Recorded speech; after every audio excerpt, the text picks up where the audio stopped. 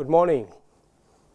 So, how was your exposure to the history of landscape architecture?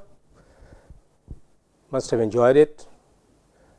I would advise you that you keep on running those earlier sessions over and over again. There are several points which I have discussed in this, which you might have otherwise missed. Take note of that, it will be very useful. Today, I am going to start with another set of discussion, which is slightly different. Essentially, we are trying to provide a landscape solutions for users. Now, then the question comes that who are the users, how do they manifest, and how are they going to be served? All these issues are generally coming under a domain of knowledge, that is the behavioral principles which I need to discuss today. So far, I have used, or rather taken help of or support of lots of illustrations, colorful illustrations. Today, I have restricted that. The reason being that when I will be discussing, I would expect that you will go back to the earlier lectures where there are lots of illustrations that we have given, and you can definitely find out the solutions or the answers from there or examples from there. If I try to give examples here, I think this will not suffice in terms of time that I am going to cover. Okay, the behavioral principles. The first set is to understand the mental process of the users. The question is, who are the users of a landscape? First, there are a set of active users. Who are active users? Who are enjoying the landscape, who are performing within the landscape, and they are the key persons who are supposed to enjoy this particular landscape or experience the landscape. They are the active users. Then there is a set of another users, that is passive users. Who are the passive users? The group who do not own that landscape project. They only have a chance to see, experience by virtue of invitation or opportunities, or even by documents, pictures, text, media, whichever way. They are the passive users. All are important because your landscape is being evaluated by all. The active user, like the ruler, their families, their friends. Let us take an example of a garden which is owned by a ruler. That particular garden is, since he is the owner, he has all dictations of how it is to be planned, how it is to be organized, what elements are going to be there, and what should be the final effects. What happens is, during the creation of these landscapes, the ruler or the owner, he tries to give idea about what he or she expects. And then the creator, the landscapist, they are trying to provide a solution for that. What happens in today's or contemporary landscapes? In this, the society expects something. The owner of the property, like, or say the patron of the property or sponsor of the property, like say government, clients for us at city level parks, they are deciding that what should be used. They are deciding for whom, the users who are the active users who will be using that. Those government officials who have floated this particular landscape project for competitions probably will never use this or never get a chance to use it, but it is meant for others, the users. So, it is very, very important to understand the psyche, the mental process or the behaviors of the users. This is where we are focusing. There is another set of users. Take note of it. The resident habitats. See, landscape is a natural entity. It is out in the nature. However best you try, you cannot keep it away from the birds, from the animals, from the pests, from the insects. No, you cannot. They are going to be a natural resident habitats of that particular landscape. In fact, I will tell you, ecologically or environmentally, such landscape is best preferred or most preferred, which has also a very strong biodiversity inbuilt within it. We do not want to create a landscape in contemporary world which is just a kind of disposition or exposition of some elements. No, we want to create nature. We want to recreate nature. So this is where the resident habitats play a great role. Just to clarify, I'll give an example. You must have visited zoo in your city or maybe in some other city. Once you enter the zoo you consider as a wonderful, highly technical, multifunctional landscape project. View it in that focus. You don't have to bother about what is where and what is the technicalities of it. Just perceive a zoo which you have visited. And in case you have not visited a zoo till now, I would suggest that after you listen to my lecture, you please visit a zoo and try to relook into or review the points which I am mentioning now. Now, when it's a zoo, who are the active users of the zoo? The visitors. They will come in. Visitors, who are those active user group? The children, who need to be educated about the geological part of it, who need to be educated about the nature and the environment. Who may be the passive users? The escorts, the parents, the seniors, the ayahs, the escorts in general. They may be the passive users. The passive user means the father takes his children to the zoo. The father must have visited the zoo 10 times before. When he enters the 11th time with the children, for the children or for a single child, it's a first time. So when he is entering this particular zoo, he becomes very, very, very active. And what happens to the father? He just takes care of the safety and the security of the children and also ensure that all the spots which the child has to see or the children have to see must be covered. He becomes the passive user, and the child or the children who are moving around, running around all these places, they are the active users. Then who are the resident habitats?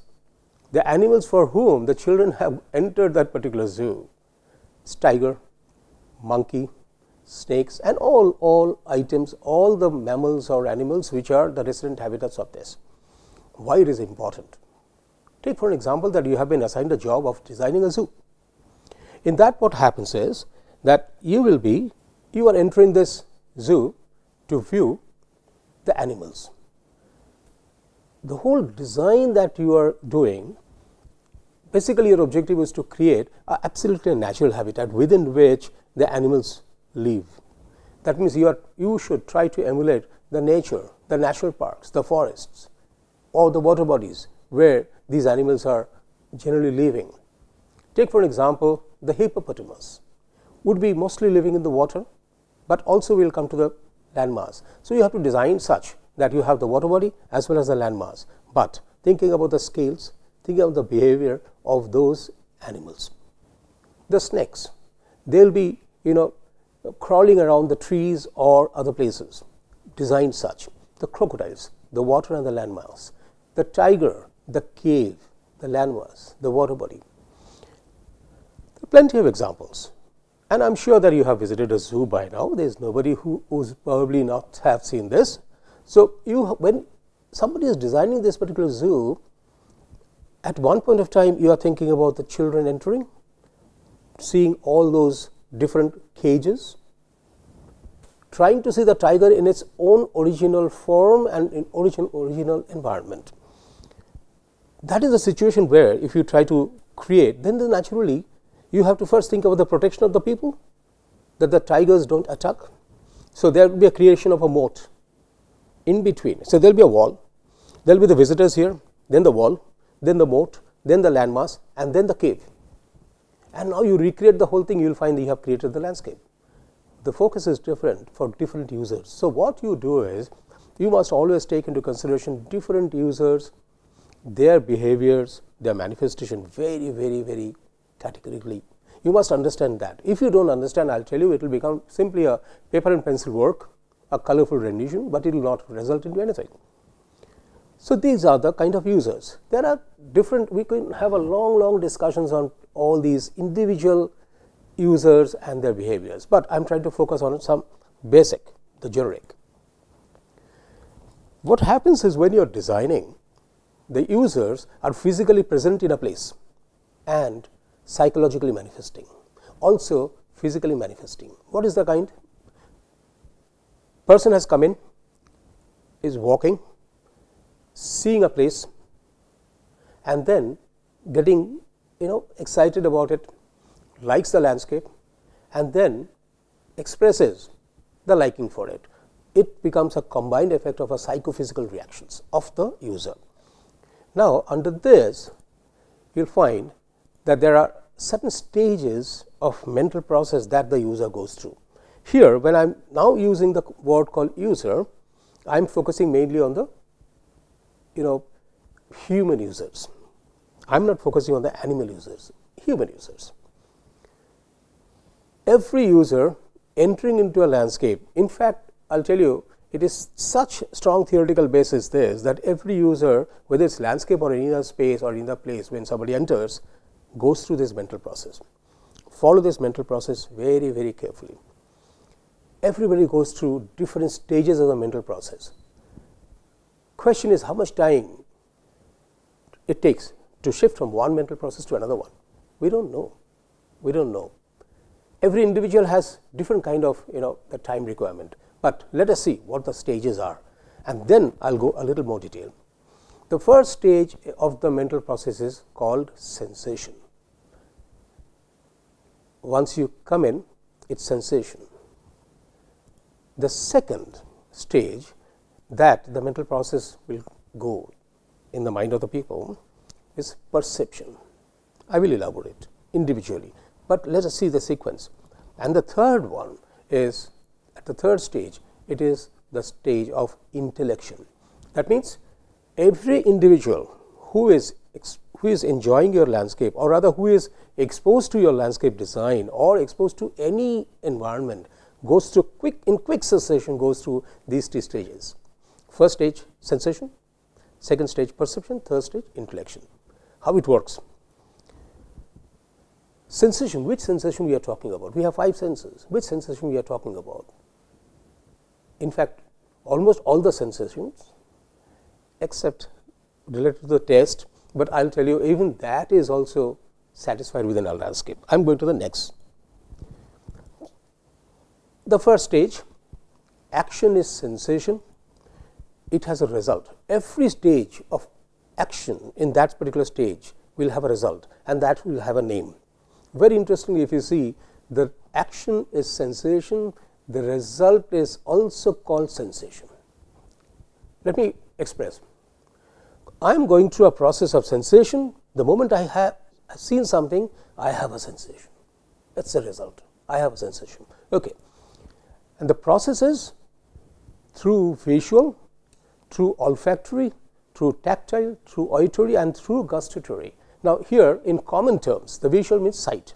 When you look at it, when you see, the olfactory is smell, tactile is touch, auditory is hearing, and gustatory is taste. Now, let me elaborate a little more. You enter a landscape. Suppose I blindfold you and then I put you in a landscape. Will you be able to tell me that whether it is a landscape space or an indoor space? You will be able to. How? The moment we are not seeing. So, basically what happens is this particular sense I have blocked. The other senses are open. Which is the other sense which will work very fast in your mind? What happens to generally people who are visually impaired? It is a smell. What is the kind of smell I am getting? I am getting the smell of the grass. I am getting the smell of the dew. I am getting the smell of the flower. I am getting the smell of the tree, or rather leaves. So, the smell comes in, and immediately one can just close your eyes and start experience a feeling in any of the landscapes. Closing your eyes, you will find automatically you will be able to tell others that where you are. If suppose your smell does not work much, because all those elements which in the landscape are not really offering that much of fragrance or other kind of smells, then your touch, your eyes are closed, touch. Once you touch it, you will find that yes, you are finding that okay, this is pavement, it appears to be pavement, this is grass, I have touched a grass, I have touched a rock, I have touched a tree, I have touched a creeper. So, basically what happens is all your senses are now working. Split second, mind it, the whole reaction is split second. In case suppose you do not get a chance to touch anything and do not get a smell, but at least you can hear the chirping of the birds. Once you hear that, then immediately you think that no, I am not indoor. Just give an example. Suppose you are experiencing that it is you hear a TV sound. Suppose you are blindfolded. I brought you to a place and you hear a TV sound. Will you say that you are in the midst of a landscape? No. Now suppose contrarily you are hearing a bird sound. Will you say I am in the landscape? May not be, because that particular sound is generated by some other sound sources. The point is, so it is not every individual sense can give you a complete reactions or complete expressions of this or experience of this. So what happens is you have to really combine all these senses and in different strengths. So different people have different strengths. Somebody can hear very sharply from a long distance. Somebody can see very sharply from a long distance. Somebody can smell. Others may take a few more seconds to smell that. Okay. And how about the test? These four we can understand. How about the test in the landscape? Very interestingly, I can tell you that in the landscape, the test factor is experimented with orchards, vineyards, the fruit-bearing trees. Interesting. The thing is, so here, when you are experiencing a landscape, you are going through the first stage, that's called sensation, aided with your all other senses. I will combine them, you'll see. Next is the second stage. What is that? Perception. What is the result? The result is called percept. Here you see, the earlier one, the sensation was a noun, and the result was also a noun, but here it is not. Perception is the noun, but the percept is not. It is just the result. Now, what is the process? The process is how the perception is generated in the mind. I hope that all of you are already aware of this. I am just highlighting the past experience. How do you perceive? I will give an example, but before that, your perception level or the degree of percept. So, basically what happens is all those results we are saying we can measure. We can measure in terms of degree of sensation, degree of perception. Okay? The quantum of sensation and the quantum of percept. Now, how do you measure the degree of perception, or how do you know the quantum of the percept? Based on your past experience. I will give an example a little later. First, let me explain this. Past experience, knowledge, information in terms of text, pictorial, verbal, whatever. The retrieval, how you retrieve whatever information you have. You have seen lots of things throughout your life till this age. Do you retrieve? Can you retrieve everything? No.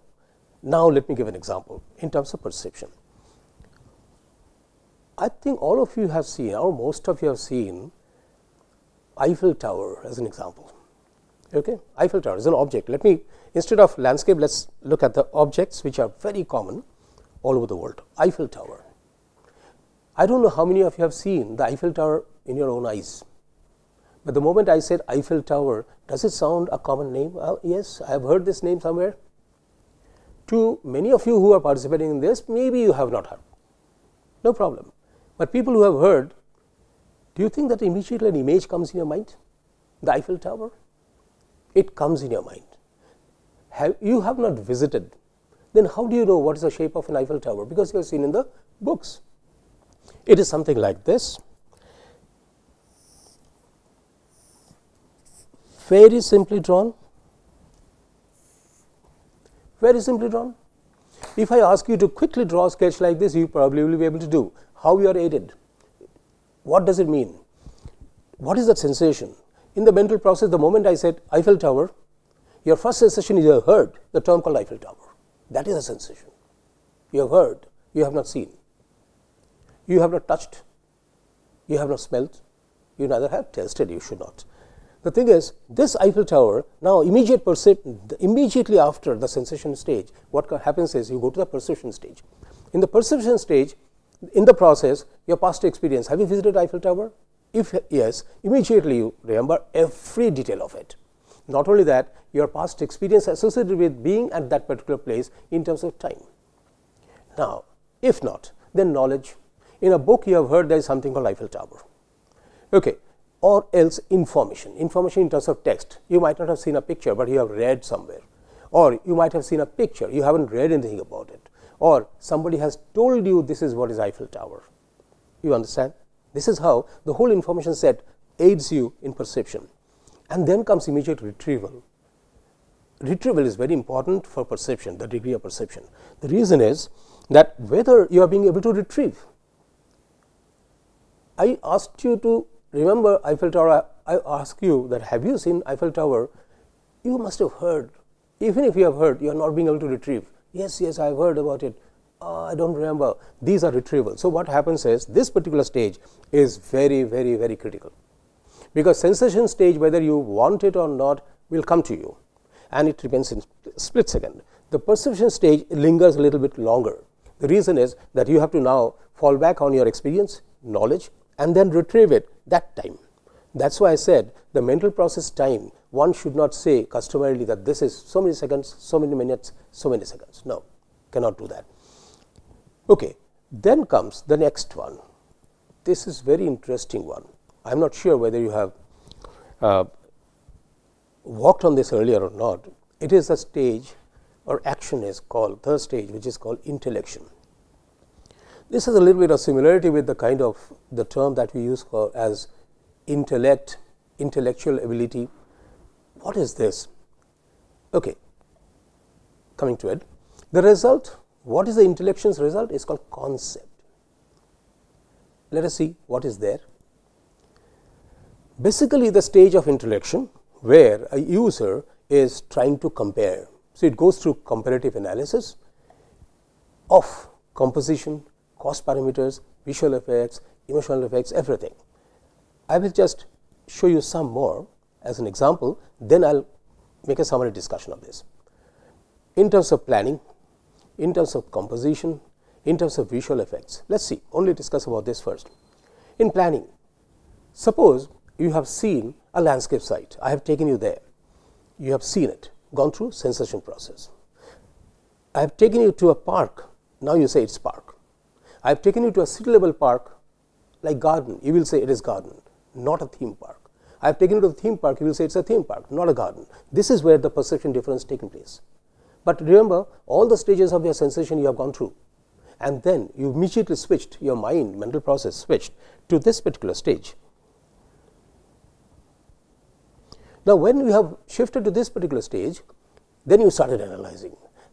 Now, first is in the perception stage you have identified, yes, this is it, this is this kind.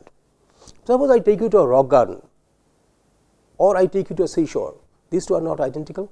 So, if you take you to a seashore, you will say it is a seashore kind of landscape I have gone to, because you know what is sea and you know what is shore, and you know what kind of experience one is likely to have. If I take you to a rock garden, then you immediately will try to find out rocks. Suppose I take you I say that I will take you to a rock garden and there is not a single rock.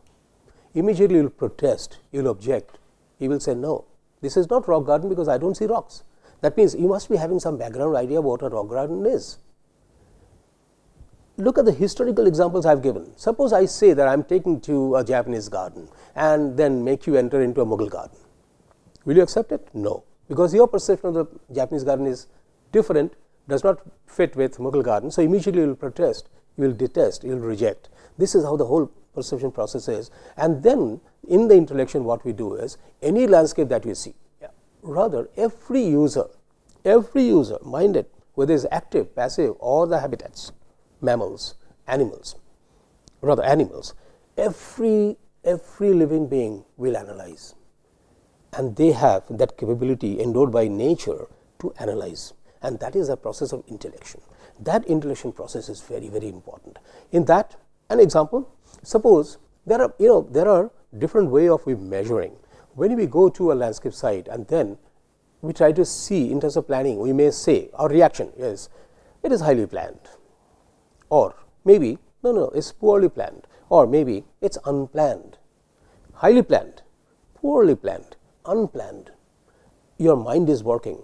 The landscape I have taken you to, you have perceived it. Here what happens is, this is the level, this is the stage we have to be very critical about, because whom we are planning for and what is his expectation and what we are offering. And mind it, all your landscapes will be finally judged by the users, not by yourself, because every creator is always very happy and very proud about his or her own creation.